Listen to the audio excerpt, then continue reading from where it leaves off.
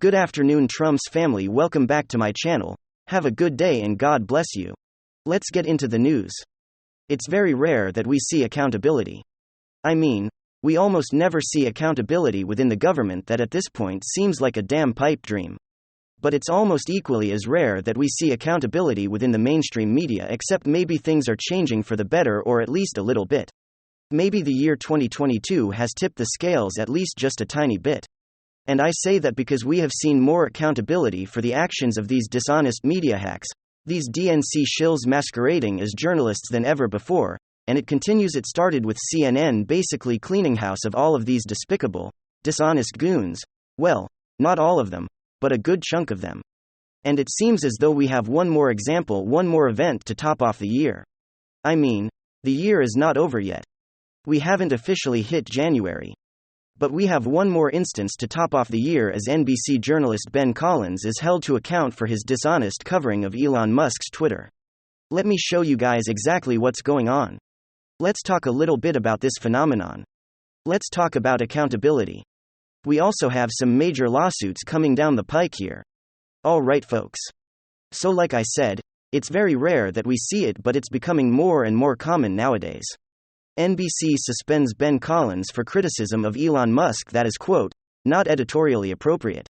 NBC News has temporarily benched reporter Ben Collins for covering Elon Musk on NBC and MSNBC for his controversial attacks on the Twitter owner, who recently suspended the accounts of left-wing journalists who doxed him. According to two sources that spoke with Semaphore, the network gave Collins the bad news earlier this month. Apparently, his criticisms of the tech mogul were not editorially appropriate since being handed down a suspension from his employer. Collins has continued tweeting about Musk. In the last day, the NBC journalist has been carrying water for those who dox Musk's location, which he said led to his son being stalked on Tuesday. According to Collins, journalists who shared a Musk's location via an online flight tracker were suspended from Twitter for simply, quote, covering the Tesla founder. Take a look just how dishonest this Ben Collins clown is. Journalists who cover Elon Musk have been suspended on Twitter tonight. Donnie O'Sullivan from CNN, Aaron Ropar from The Washington Post's Ropar tells me he has no idea why it happened. It doesn't get any more dishonest than this absolute friggin' hack. All these same blue checkmark mainstream media shills, they all friggin' look the same with their official portraits, their fancy blue suits and gradient backgrounds, and they all act the same to totally dishonest. We don't know exactly what the details are in what Ben Collins did to be reprimanded with this suspension. But you know, his tweet after being suspended basically tells you all that you need to know. This is why he got suspended, because he's dishonest. He's a liar and he's spinning the news instead of reporting on it. Journalists just simply covering Elon Musk have been suspended. Aaron Ropar has no idea why this is what these clowns do. A twist, and they use words and they use these slick little tactics to mislead readers who are depending on them to get the full facts, as journalists weren't merely covering Elon Musk, they were dangerously publishing to millions of people Elon Musk's real-time location, and that led to a security threat and the potential harming of his family. I mean, it's just friggin' ridiculous. But what's even more ridiculous is the manufactured faux outrage. Here's Taylor Lorenz. Musk has begun banning journalists who have criticized him from Twitter, including WIPO's Drew Harwell, New York Times' Ryan Mack, and CNN as Donnie O'Sullivan.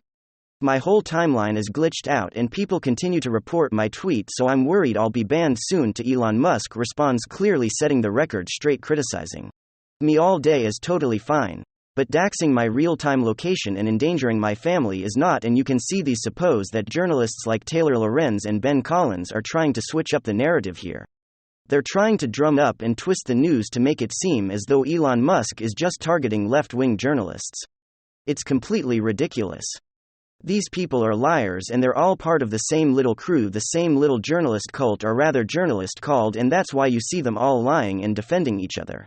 I mean, Ben Collins comes swooping in to defend Aaron Ropar, and Donnie O'Sullivan trying to craft this narrative. Ropar tells me he has no idea why it happened.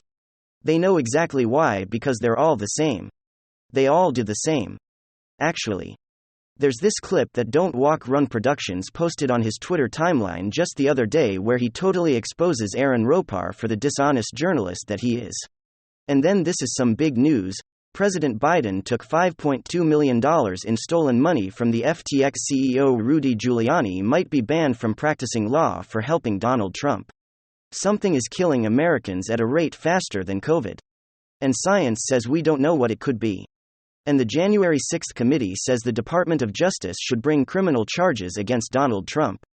The Department of Energy has finally announced that they will be refilling the strategic petroleum reserves. In a statement, they said this repurchase is an opportunity to secure a good deal for the American taxpayer by repurchasing oil at a lower price than the $96 per barrel average price it was sold for, as well as to strengthen energy security.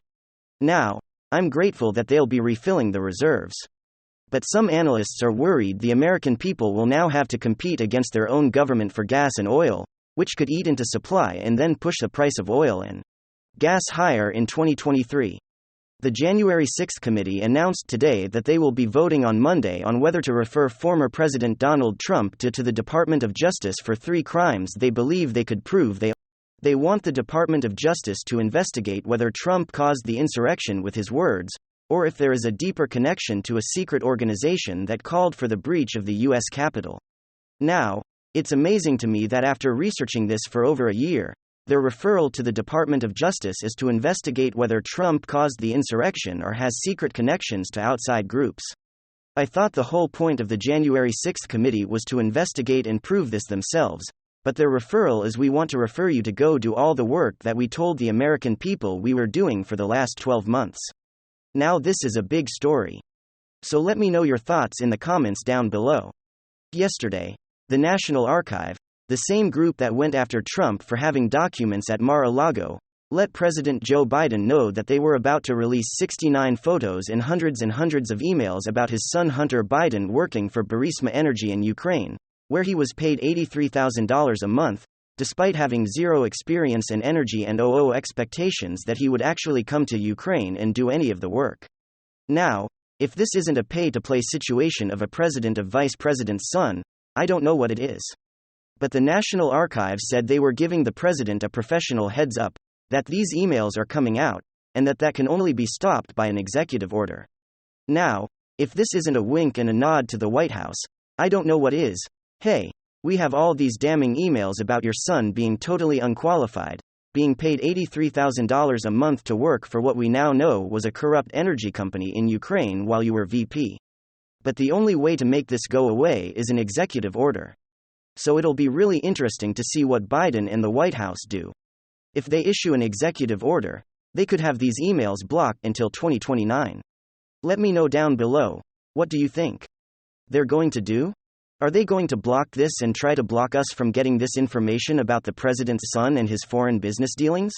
Or are they going to say, you know what, the American people deserve transparency.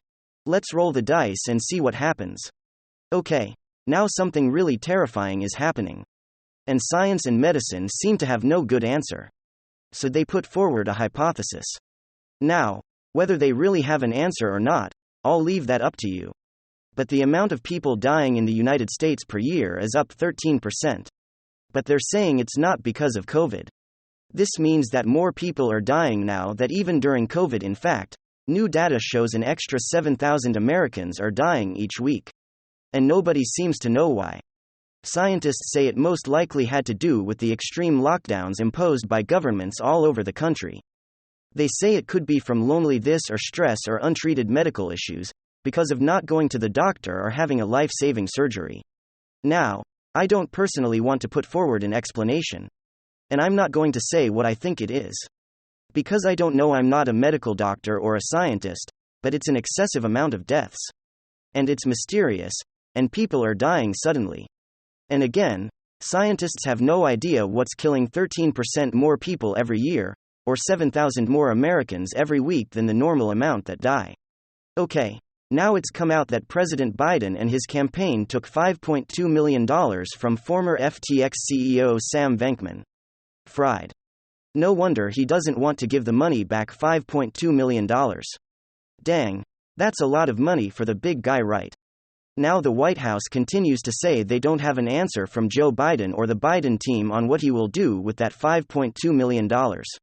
But they acknowledge now that it's been spilled. that he received it and that it was stolen money from FTX, but they don't know what to do at this point. Now, speaking of Sam Bankman-Fried, he has now been put on suicide watch at the jail. It seems the reality of going to jail for life for losing billions of dollars of people's money and possibly their life savings is finally starting to sink in his celebrity. Velvet Gloves treatment is about to go away. Now, I don't wish harm on this guy, but it seems they are worried that he might seek harm on himself. Texas Democrat Representative Henry Cuellar says the southern border is an absolute mess and crisis. He said the previous administration never had these problems. And with the removal of Title 42, he is worried about how bad illegal immigration is going to become. In fact, the mayor of Denver, Colorado said today, "We cannot handle any more illegal immigrants coming into Denver. We have no money to help them and they have no money to help themselves. We are out of assistance. Please stop the illegal immigration." Of course, they're not going to. There's most likely they're predicting between 5 to 6 million people will flood across the border next year with the removal of Title 42. Ukrainian President Volodymyr Zelensky has attempted to make a speech regarding world peace at the World Cup, one of the biggest sporting events in the world. However, Pfeiffer denied the request. According to CNN News, Pfeiffer wants desperately to stay away from political issues and focus on soccer. And so they blocked Zelensky from making his speech. After years of legal battles, over 95% of the JFK assassination files were released to the public.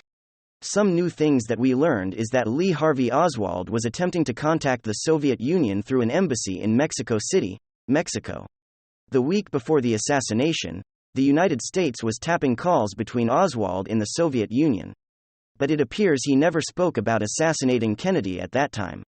Oswald, it looks like, was looking for a place to go after the assassination. And thousands of files confirmed that the CIA and the FBI were keeping tabs on Lee Harvey Oswald. About 9,000 documents were released. However, there are already cries from people that have studied this for decades saying these documents are misleading and that the CIA is trying to cover their tracks from being involved in Kennedy's death. But what do you think? Is this all these 9,000 documents? Are they real? Or is this just to block people from seeking out the truth? If you want to investigate something fun, look into the miracle bullet that killed everybody.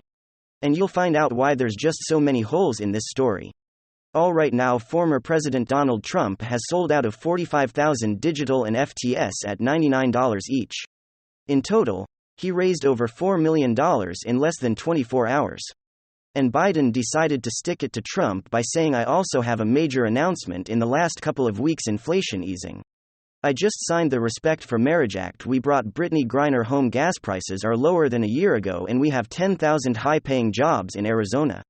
And Biden's not the only one. Many commentators were upset with Trump tweet, teasing a major announcement and then putting out digital trading cards with him as a superhero cartoon. Let me know, did you end up buying any of those? I did not.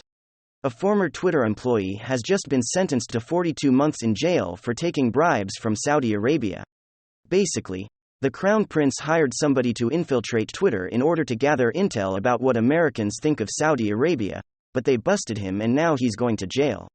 Donald Trump's former attorney and New York Mayor Rudy Giuliani is in danger of losing his law license for bringing election interference lawsuits to courts. They say that this is a violation of bringing real lawsuits before judges to try to overturn the 2020 election. And so because of this, they are looking at revoking his law license altogether. Thanks for being here, folks. Big hug. Ciao. Goodbye. God